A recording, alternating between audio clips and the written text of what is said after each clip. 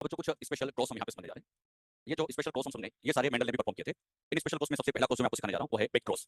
Bake का जैसा कि बच्चों नाम से समझ आ रहा है, इस बार नीट में यहाँ से दो क्वेश्चन आ गए थे। तो बेक का मतलब होता है वापस। F1 का वापस किसी भी पैरेंटल फिनोटाइप या पैरेंटल जीनोटाइप के साथ क्रॉस करना। F1 का पेरेंट के साथ क्रॉस वो कहलाता है बेक क्रॉस। बेक मतलब वापस। तो बेक क्रॉस का मतलब ये होता है F1 cross with any parent.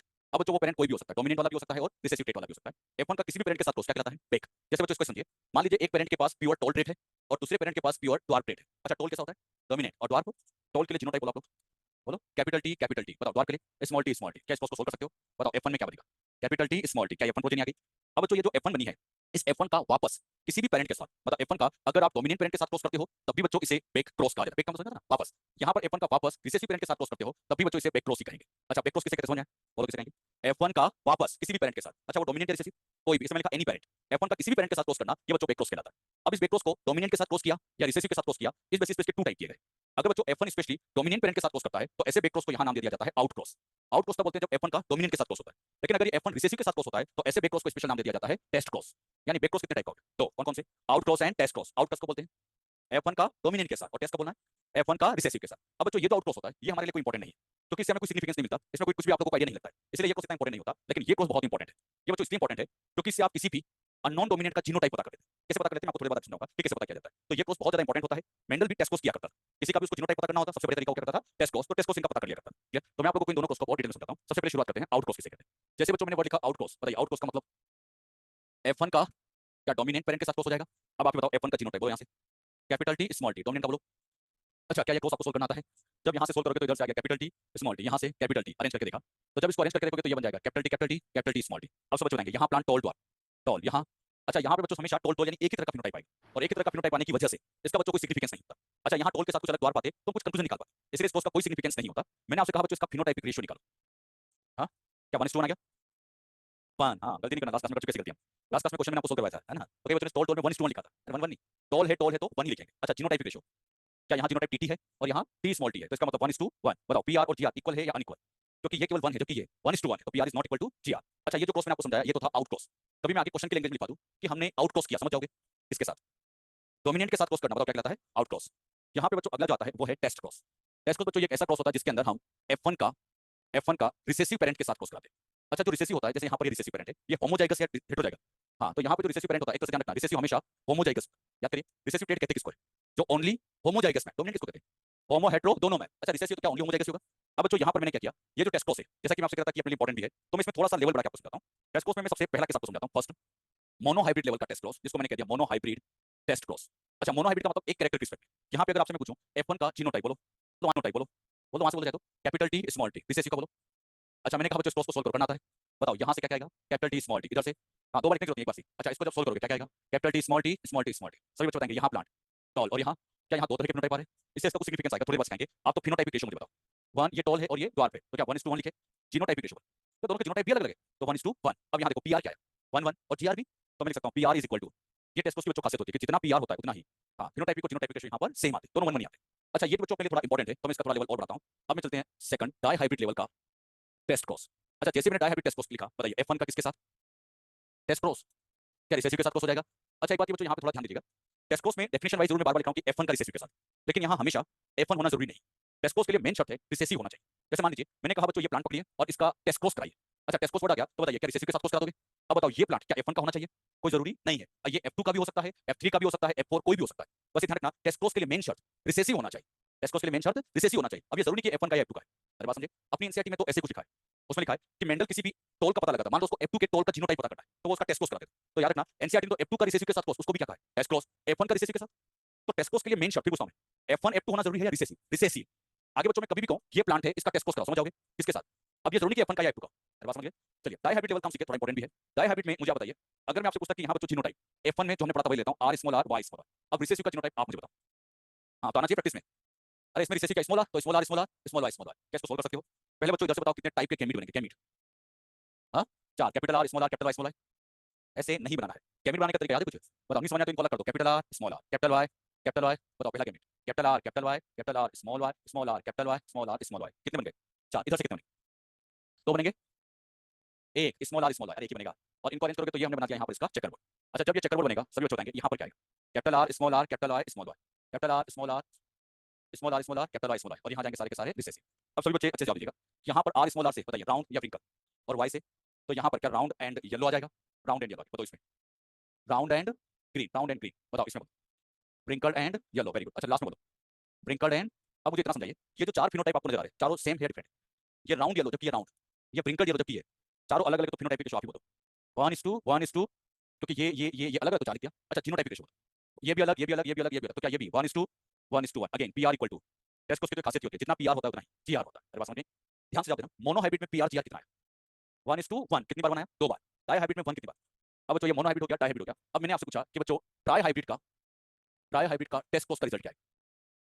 यहाँ क्या 2 बार, यहाँ 4 बार, चलो ऑप्शन देता हूँ 6 बार या 8 बार, हाँ 8 बार। अच्छा कैसे इसको सोल्व करते हैं, जैसे इतना इंपॉर्टेंट तो नहीं है लेकिन समझ लो, इसको तरीका भी वही है जैसा हम अभी तक सोल्व कर रहे हैं। बताइए मोनो हाइब्रिड के लिए बोलो, बोलो बोलो मोनो हाइब्रिड के लिए 1:1, अरे मोनो हाइब्रिड के लिए 1 ना, बताइए दूसरे मोनो हाइब्रिड के लिए बोलो 1:1। अच्छा तीसरे के लिए बोलो 1:1, और तीनों को अगर मल्टीप्लाई कर दो तो अरे ट्राइब्रिड हो जाएगा भाई। एक है तो मोनो हाइब्रिड, 2 है तो डाई हाइब्रिड, 3 हो गए तो ट्राइब्रिड। चलिए मुझे पहले इतने को सोल्व करके बताओ, इतने 1 का इस 1 1 से 1:1, फिर इस 1 का इससे 1:1। अच्छा ये तो आ गया इन दोनों का रिजल्ट। बताइए इसका क्या 1:1 से और मल्टीप्लाई करना। अब बताओ इन चारों का इस 1 से बोलो 4 बार 1 ये तो आ जाएगा। अच्छा ये 4 बार 1 फिर इन चारों का इस 1 से 4 बार 1 और आ जाएगा, तो बताइए टोटल 1 1 2 3 4 5 6 7 8। मान लो ये जो आया है ये मेरे पास आ गया फिनोटाइपिक रेशियो, तो जीनोटाइप क्या है? तो क्या पीआर जीआर सेम आएगा? अपने मॉड्यूल में क्वेश्चन यहाँ पे दिया है, उसमें पूछा है कि ट्राई हाइब्रिड टेस्ट कोर्स का फिनोटाइपिक रेशियो क्या आता है। तो उसमें क्या ऑप्शन दिया, पहली बार उसमें लिखे 6 बार 1 और दूसरे ऑप्शन में दिया 8 बार। तो बच्चे क्या देखते हैं उसमें, सर ने कहा था मोनो हाइब्रिड में 1 2 बार, डाई हाइब्रिड में 4 बार, तो यहाँ जाता है 6 बार, तो 6 बार टिक करते हैं, फिर भी चांस मिस करते मिस नहीं होता है, फिर मेरे पास लेके आते हैं, इस तरह इसमें आंसर करेक्शन होना चाहिए, फिर 4 होता है, फिर 4 होता है, ये सलाह के समझ में ना, इधर 2 है इधर 4 है, इधर कितना होगा 8। ये समझ में 8 कैसे है? अरे इन दोनों को सोल्व करके तो 4 बार बनेगा, फिर 4 का इस 1 से फिर 4 का इस 1 से, तो टोटल कितनी बार हो जाएगा 8 बार।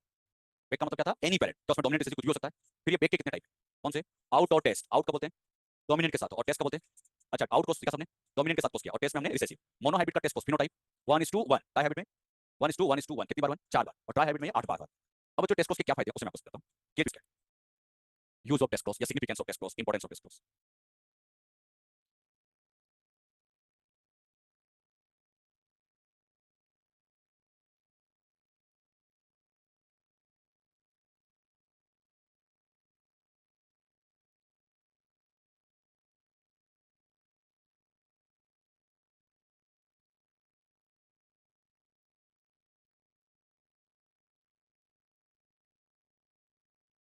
इसकी इंपॉर्टेंस है समझिए। टेस्ट कोर्स के बच्चों 2 बड़े इंपॉर्टेंट फायदे हैं, उसमें सबसे इंपॉर्टेंट पहला, to know the genotype of unknown dominant organism. जो डोमिनेंट ऑर्गेनिज्म होता है उसका क्या पता करना, जीनोटाइप। अब जैसे बच्चों आप लोगों के सामने मैं एक एग्जांपल से समझाता हूं, सभी ध्यान सुनना इसको। ये मेरे पास यहाँ पर एक प्लांट है, अच्छा ये प्लांट समझाने के लिए मैंने कहा टोल है, टोल सभी बच्चे जानते हैं क्या डोमिनेंट है, और द्वार क्या द्वार रिसेसिव होता है। अच्छा मैंने कहा बच्चों इस टोल के जीनोटाइप बताओ, तो आपके दिमाग में मैंने टोल प्लांट ट्राई कर दिया, आपके दिमाग में इसके कितने जीनोटाइप चल रहे हैं? सबके दिमाग में 2 आ रहे हैं, क्या क्या भाई, टोल है तो कैपिटल टी भी हो सकता है, कैपिटल टी स्मॉल टी, भाई टोल की 2 पॉसिबिलिटी। अच्छा द्वार में सबके दिमाग में एक आया स्मॉल टी, बताओ इसका कितना जीनोटाइप है? एक, अगर एक है तो मैं पता है कि मान लो मेरे पास ये द्वार प्लांट है, तो आपको पता है कि इसका genotype should be small T. अरे बात समझे, मतलब एक है तो इसका जीनोटाइप तुम्हें पता है, लेकिन टोल में ये भी हो सकता है और ये भी हो सकता है। अब इन दोनों में से कौन सा सही है हमें पता करना होगा, तो हमें डोमिनेंट का जीनोटाइप पता करने की जरूरत है या रिसेसिव का? रिसेसिव का इसलिए नहीं पता करते क्योंकि वो तुम्हें पहले से पता है, क्योंकि रिसेसिव में तो केवल एक ही जीनोटाइप, बताओ हमें किसके जीनोटाइप को फाइंड आउट करना है, रिसेसिव का क्यों नहीं? अरे इसमें तो एक ही है ना, स्मॉल टी एक ही तो आएगा, लेकिन इसमें ये भी हो सकता है ये भी हो सकता है, यानी होमोजाइगस भी हो सकता है और हेटेरो भी हो सकता है। कैसे पता करें, तो इसका पता करने का बेस्ट तरीका टेस्ट क्रॉस। अच्छा टेस्ट क्रॉस से कैसे पता करते हैं, ध्यान दीजिएगा। मेरे पास यहाँ पर बच्चों समझाने के लिए ये अननोन टोल ले लिया, इसका मुझे जीनोटाइप पता करना है, क्या करूँ? हाँ एक ही तरीका, क्या करा दीजिए इसका टेस्ट क्रॉस। फिर बच्चों मैंने समझाने के लिए करवा ले लिया, अननोन टोल लिया, जीनोटाइप पता करना है, बोलो टेस्ट क्रॉस। आपको बच्चों सिखाने के लिए मैंने एक बार यहाँ इसको अननोन टोल को होमोजाइगस लेके समझा दिया और एक बार अननोन टोल को हेटेरोजाइगस लेके समझाया, ताकि आपको कुछ रिजल्ट समझ में आ जाए। बताइए टेस्ट क्रॉस का मतलब रिसेसिव, क्या स्मॉल टी। जब मान लीजिए अननोन होमोजाइगस होता है और टेस्ट क्रॉस कराते तो यहाँ से आता कैपिटल टी, बताओ इधर से, तो यहाँ पर सारे प्लांट क्या टोल ही आते। अच्छा यहाँ द्वार बना या नहीं बना? अच्छा द्वार एक भी नहीं दिखा, द्वार दिखा ही नहीं, इसका मतलब शोर होता है कि होमोजाइगस, क्योंकि द्वार के लिए बच्चों 2 स्मॉल टी चाहिए। द्वार के लिए 2 स्मॉल टी, आप जानते हो क्या, एक स्मॉल टी तो यहाँ से आ जाता तो दूसरा कहाँ से आता, यहाँ से, लेकिन यहाँ पे स्मॉल टी तो कभी द्वार बन ही नहीं सकता। तो बताइए अगर ये होमोजाइगस टोल है तो कितना फिनोटाइप आएगा, एक और केवल टोल। अरे होमोजाइगस तो केवल टोल ही बनेगा, द्वार आ ही नहीं सकता। अब समझना, अगर मैं इसको हेटेरोजाइगस लेके सोल्व करता तो बताओ इधर से टी स्मॉल टी उधर से स्मॉल टी अरेंज करके देखा, बताओ क्या क्या आएगा? बताइए ये प्लांट और ये, क्या इस बार टोल और द्वार दोनों आए? जैसे बच्चों द्वार दिखा तो हम श्योर हो जाते कि टोल की वजह से तो इसमें कैपिटल टी है ही, लेकिन इस द्वार का मिलना ये समझा देता कि इसमें स्मॉल टी छिपा हुआ है। अच्छा द्वार के लिए कितने स्मॉल टी चाहिए, बताओ, क्या एक स्मॉल टी यहाँ से आता तो दूसरा यहाँ से आता? अरे यहाँ पे अगर द्वार बना है तो एक स्मॉल टी श्योर यहाँ छिपा हुआ है, तो बताइए कितने फिनोटाइप आ गए? तो सीधा सा कंक्लूजन आप समझ लो, अगर बच्चों एक ही फिनोटाइप आए तो समझ जाना वो होमोजाइगस होगा, और 2 फिनोटाइप आ गए तो समझ जाना वो हेटेरोजाइगस होगा, क्योंकि दूसरा वाला तभी आ सकता था जब इसके अंदर हेटेरोजाइगस कंडीशन। अरे बात समझिए, ये जो टोल और द्वार का एग्जांपल है ये तो क्या बहुत कॉमन सा एग्जांपल है। मैं आप लोगों को एक अलग सा एग्जांपल समझाता हूं जो एनसीईआरटी लिखती है। अब उस एग्जांपल को सभी ध्यान सुनिएगा। एनसीईआरटी ने यहां सिखा रखा है फ्लावर कलर। मुझे बताइए फ्लावर कलर पी प्लांट में 2 होते हैं, बोलो। एक होता है वॉयलेट और दूसरा, सभी बच्चे बताएंगे वॉयलेट का जीनोटाइप डब्ल्यू डब्ल्यू और डब्ल्यू स्मॉल डब्ल्यू। अच्छा वॉयलेट के लिए क्या 2 हो सकते हैं, चाहे तो कैपिटल वी लिख सकते हो, कुछ भी लिख सकते हो, समझने के लिए मैंने एनसीईआरटी के लिए लिख दिया डब्ल्यू डब्ल्यू और डब्ल्यू स्मॉल डब्ल्यू। तो व्हाइट का बोलो स्मॉल डब्ल्यू स्मॉल डब्ल्यू। अब बच्चों मेरे पास ये अननोन वॉयलेट फ्लावर है, मुझे इसका जीनोटाइप पता करना, मैंने सिखाऊंगा, खुद दिमाग लगाओ। आप सबको दिमाग लगना चाहिए, बताओ किसके साथ क्रॉस करा है, रिसेसिव यानी क्या टेस्ट क्रॉस करा दे, अच्छा ये अननोन क्या क्या हो सकता है, कैपिटल डब्ल्यू या कैपिटल डब्ल्यू स्मॉल डब्ल्यू, क्या भी आपको पता है? नहीं पता तो क्या करा दो, टेस्ट क्रॉस। टेस्ट क्रॉस करने के बाद मुझे यहाँ रिजल्ट में 50% फ्लावर वॉयलेट मिले और 50% व्हाइट मिले, इससे आप क्या समझे? अब आप बताओ, मैं सिखाऊंगा। आपने क्या देख के दिया कि हेट्रो ही है? हाँ, दो फिनोटाइप आ गए। अच्छा वॉयलेट के लिए क्या कैपिटल डब्ल्यू चाहिए, लेकिन व्हाइट तभी आ सकता है तब इसमें स्मॉल डब्ल्यू छिपा भी। बताओ ये क्यों नहीं हो सकता? क्योंकि अगर ये होता तो व्हाइट कभी नहीं आ सकता। तो बताओ क्या इसको हटा दें हम? तो बताइए, जैसे हमने टेस्ट क्रॉस किया, दो फिनोटाइप नजर आए तो आप श्योर हो गए कि ये कहीं ना कहीं हेट्रो ही है। अरे बात समझे? चलिए एक एग्जांपल लेता हूं, अब फिर से बता। ये अननोन वॉयलेट है, बताओ जीनोटाइप। दो दिमाग में चल रहा होगा, क्या क्या? कैपिटल डब्ल्यू स्मॉल डब्ल्यू, कौन सा सही है, कैसे पता लगाऊं? हाँ आप समझ रहे हो क्या? टेस्ट क्रॉस करा दीजिए। जैसे टेस्ट क्रॉस किया, अगली प्रोजेनी में जितने भी सीट मिले सब हमने ग्रो करके देखे और हमने चेक किया ऑल वॉयलेट मिले। अच्छा बताइए, ऑल वॉयलेट, एक भी व्हाइट फ्लावर नहीं आया, तो क्या होमोजाइगस होगा? क्योंकि वॉयलेट ही आ रहा है, इसका मतलब डब्ल्यू डब्ल्यू हो सकता है। अच्छा ये क्यों नहीं हो सकता? क्योंकि ये होता तो व्हाइट आता, लेकिन यहाँ व्हाइट नजर नहीं आ रहा है, इसका मतलब श्योर है कि यही। तो बताइए टेस्ट क्रॉस का क्या फायदा? हाँ बोले सभी, अननोन डोमिनेंट का जीनोटाइप पता करना। अननोन डोमिनेंट का क्या पता करना? जीनोटाइप। रिसेसिव का क्यों नहीं? उसका तो वैसे ही पता होता है। हर बात समझ में? चलिए क्या ये सिग्निफिकेंस समझ में आया? अगर बच्चों आपको जीनोटाइप पता चल गया, तब तो फिर आप उसके टाइप्स ऑफ गैमेट तो अपने आप ही निकालो। जैसे आप इसको समझिएगा, यहाँ पर बताइए ये अननोन होमो है या हेट्रो, और मैंने कहा बच्चों इसे गैमेट बनाओ। तो जैसे आपने कहा हेट्रो तो दो गैमेट बन जाएंगे, एक कैपिटल डब्ल्यू दूसरा। अच्छा ये कंडीशन होमो टाइप बोलो ए, तो क्या आपको गैमेट का पता नहीं चलेगा? चल जाएगा। अरे जीनोटाइप पता चल गया तो गैमेट निकालना कौन सी बड़ी बात है? तो बताइए मेन कैसे पता क्या लगाते हैं? जीनोटाइप। और जीनोटाइप पता कर लिया तो हम क्या पता करें? Types of gamete. अच्छा टाइप्स ऑफ गैमेट आप ही बताइएगा, हेट्रोजाइगस है तो कितने? दो, और होमोजाइगस तो एक टाइप का बन जाएगा। क्या बात समझ में आई? बताइए और क्या मेंडल ने टेस्ट किया था? क्यों किया? उसके पास कोई भी अननोन टोल होता तो उसका जीनोटाइप पता करने के लिए कोर्स किया करता। ये बात समझ रहे थे? तो कभी आपसे पूछे क्या मेंडल ने टेस्ट परफॉर्म किए थे? यस किए थे। क्यों किए थे? तो रीजन ये। अरे बात समझ रहे थे? अब जो कई बार हमें इसके types of gamete find out करना है, तो आपको types of gamete find out करना है, तो इसे किसके साथ क्रॉस करना होगा? ऑप्शन, पहला option A small A B small B, दूसरा small A small A small B small B, तीसरा capital A capital A capital B capital B, और चौथा A small A capital B capital B. हाँ कैसे पता किया? बताओ टाइप्स ऑफ गैमेट पता करना है तो क्या करोगे? तो जैसे पता चला टेस्ट क्रॉस मतलब क्या रिसेसिव यही है, तो यहाँ आंसर आ जाएगा सेकंड। ऐसे क्वेश्चन अपने मॉड्यूल में भी है, उसको उसका एक यूज लिख दो, to know the types of gametes formed by unknown dominant organism. Reciprocal cross. ये बच्चों रेसिप्रोकल क्रॉस एक ऐसा स्पेशल क्रॉस है जिसमें दो क्रॉस परफॉर्म करने होते हैं। जब भी बच्चों रेसिप्रोकल वर्ड आके समझ जाना, दो क्रॉस करने ही करने, थोड़ी देर उसको समझना। इस क्रॉस में क्या होता है कि जब हम सेकंड क्रॉस परफॉर्म करते हैं तो उसमें जो पेरेंट के सेक्स है उनको रिवर्स कर दिया जाता है। इसका क्या मतलब है? जैसे मान लीजिए बच्चों यहाँ पर ये हम क्रॉस नंबर 1 समझने जा रहे हैं, तो क्रॉस नंबर 1 में मान लेते हैं ये फीमेल पेरेंट और ये मेल पेरेंट। इस फीमेल के पास यहाँ प्योर टॉल का ट्रेट लेते हैं और मेल के पास प्योर ट्वार का ट्रेट लेते हैं। अच्छा फीमेल के पास कौन सा ट्रेट है? Toll.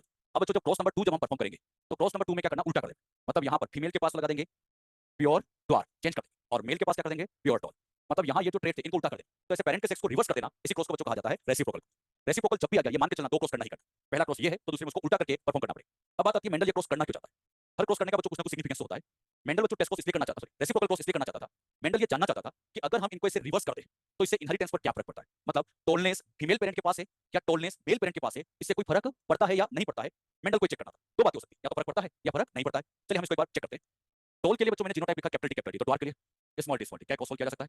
Capital T small T, बताओ ऑल प्लांट टॉल, मतलब इस क्रॉस में हमें सारे टोल उल्टा कर दिया। बताओ ट्वार के लिए स्मॉल टी बताओ टॉल के लिए, बताओ result capital T small T, क्या यहाँ भी ऑल टोल आया? अब बताओ इधर क्या था? उल्टा किया। बताओ दोनों केस में रिजल्ट क्या सेम आया? तो क्या फर्क पड़ा? कुछ नहीं। तो मेंडल ने फिर यही कंक्लूजन दिया कि अगर आप पेरेंट के सेक्स को इसे रिवर्स भी कर दो ना, कोई फर्क नहीं पड़ता, क्योंकि दोनों ही क्रॉस में रिजल्ट तो सेम आ रहा है, मतलब कोई इफेक्ट नहीं पड़ता। अब बच्चों मेंडल ने अपनी बात तो ये कही कि इनहेरिटेंस पेरेंट के सेक्स से अफेक्ट नहीं होती, लेकिन क्वेश्चन आता है क्यों नहीं होती? मेंडल के इसका जवाब नहीं दे पाया था। ये बच्चों जब बाद में सीखा गया कि आखिर में इनहेरिटेंस क्यों अफेक्ट नहीं होती है, इसके लिए बच्चों आपको पहले ये पता होना चाहिए कि सेल में जीन कहाँ हो सकती है। फिर मैं आप लोगों को समझाता हूँ। ये बच्चों मैंने यूकैरियोटिक सेल बनाई। सेल के अंदर आप सभी जानते हो वेल डेवलप यूकैरियोटिक सेल है तो क्या न्यूक्लियस होगा? न्यूक्लियस के अंदर यहाँ मैंने ये कुछ क्रोमोसोम बना दिए। ये बच्चों यहाँ पर समझाने के लिए ऐसे कुछ क्रोमोसोम बना दिए। ये जो क्रोमोसोम होते हैं ये तो कहलाते हैं ऑटोसोम। लेकिन बच्चों कुछ क्रोमोसोम ऐसे भी होते हैं जो सेक्स को डिटरमाइन करते हैं, जिन्हें हम कहते हैं सेक्स क्रोमोसोम। अच्छा इनमें एक होता है एक्स क्रोमोसोम और दूसरा वाई। ये एक्स और वाई क्रोमोसोम क्या सेक्स क्रोमोसोम होते हैं? सपोज करो यहाँ पर कोई जीन बैठी है, ध्यान देना सभी, यहाँ पर कोई जीन बैठी है, क्या ये जीन न्यूक्लियस के अंदर है? अरे तो न्यूक्लियस के अंदर ही ना, तो न्यूक्लियस के अंदर अगर कोई जीन बैठी हो तो ऐसे जीन को स्पेशली कैरियो जीन कहा जाता है। कैरियो फॉर न्यूक्लियस, कभी नाम सुना Cairo?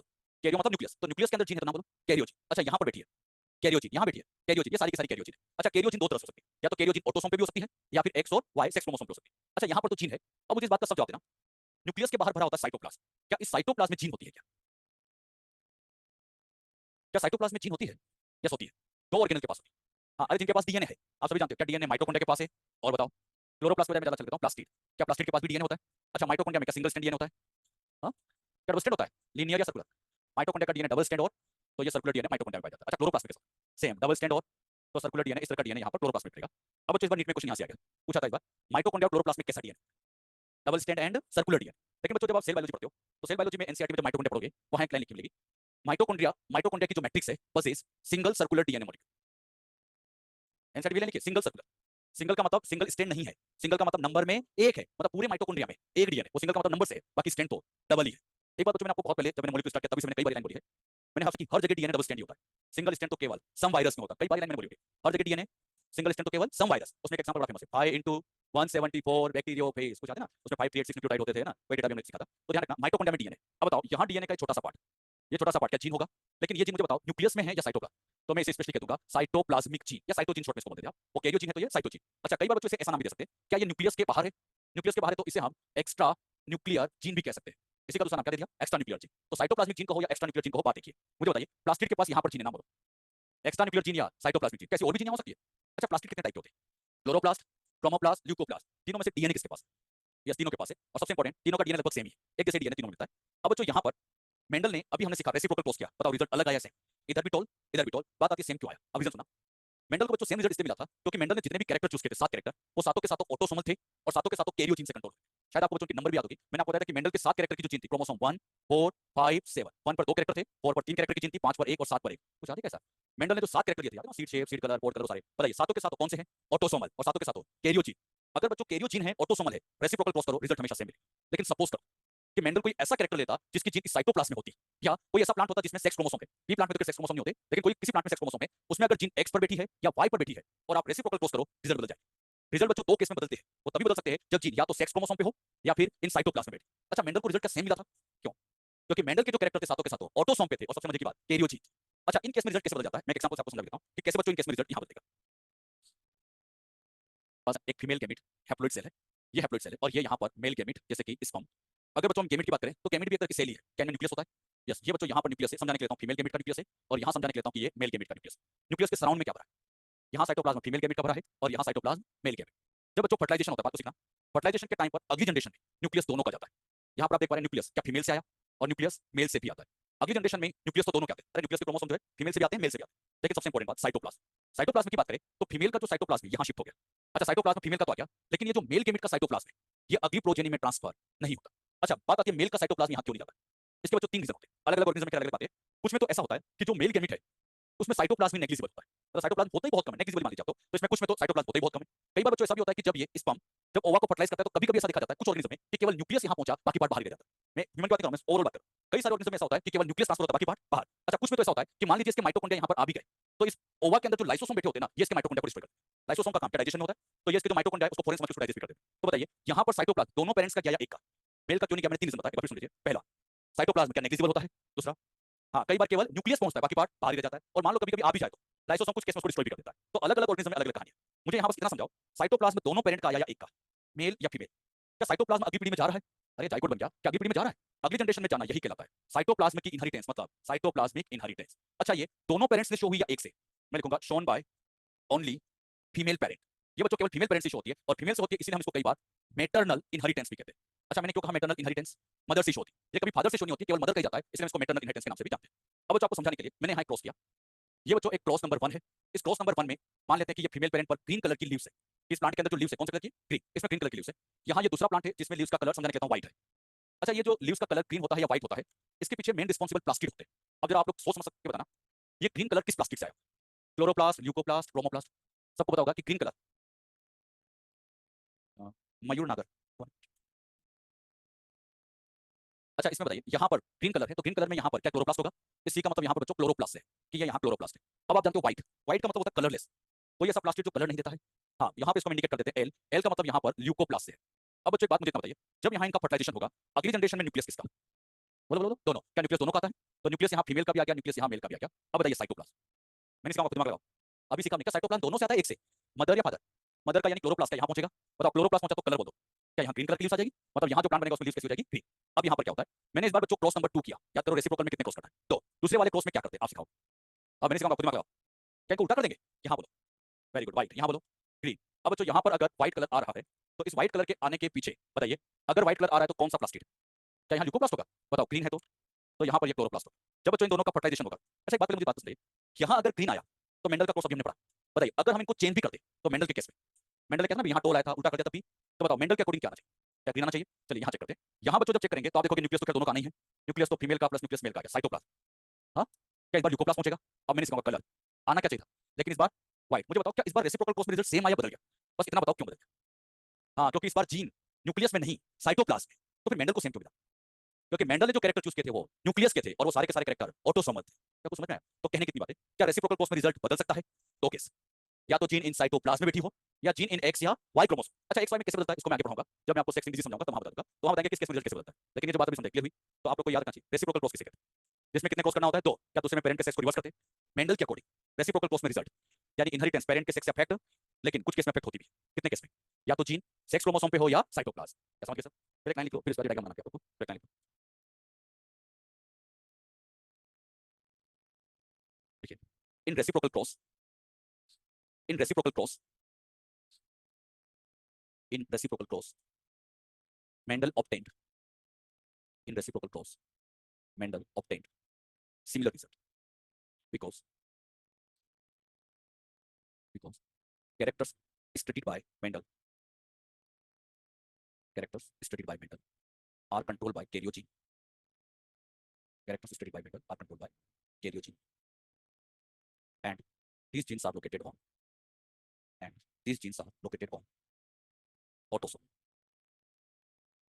these genes are located on autosome. Again, result of reciprocal cross, result of reciprocal cross change in two cases, result of reciprocal cross change in two cases. पहला या जितने भी हमने सीखे हैं ये सारे के सारे मेंडल ने परफॉर्म किए थे। अब बच्चों मेंडल से थोड़ा आगे चलते हैं और मेंडल से आगे की जेनेटिक्स पढ़ेंगे जिसे कहते हैं पोस्ट मेंडलिज्म। पोस्ट मेंडलिज्म को समझाने से पहले एक दो बातें क्लियर करते हैं। जेनेटिक्स में जो दो तरह के कैरेक्टर होते हैं, एक होता है क्वालिटेटिव कैरेक्टर और एक होता है क्वांटिटेटिव।